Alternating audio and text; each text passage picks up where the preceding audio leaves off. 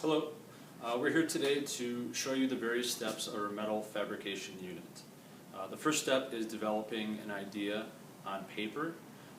If you're developing a ring of some sort, something that needs to be sized specifically, the first step is figuring out the size for your finger. So depending on what finger you intend on wearing the ring on, the most simple step to do this is simply take a small strip of paper and you're going to wrap the piece of paper around the knuckle area of the finger you intend to wear it on.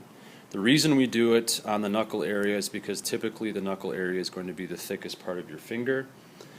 Now we want to do it in an offsetting way so we can see the underlying piece of paper along with the top piece. We will make a small line with a pencil or pen on the top piece of paper. When we open this up, we will see the length of the piece of metal we need for our metal project.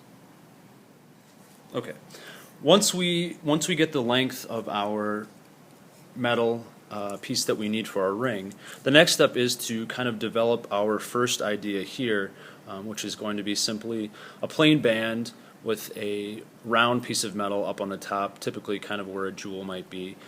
So this is a 3D look at what the ring design is, the concept.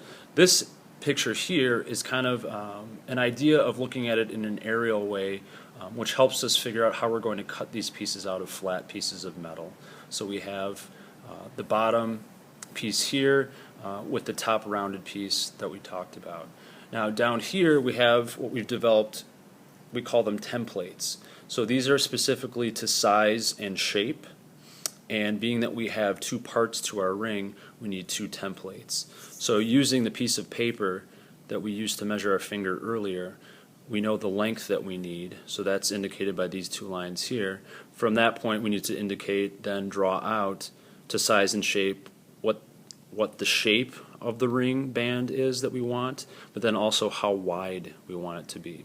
So that's indicated here. We want a plain band, so we used a ruler to basically draw out straight lines and figure out the width that we have here.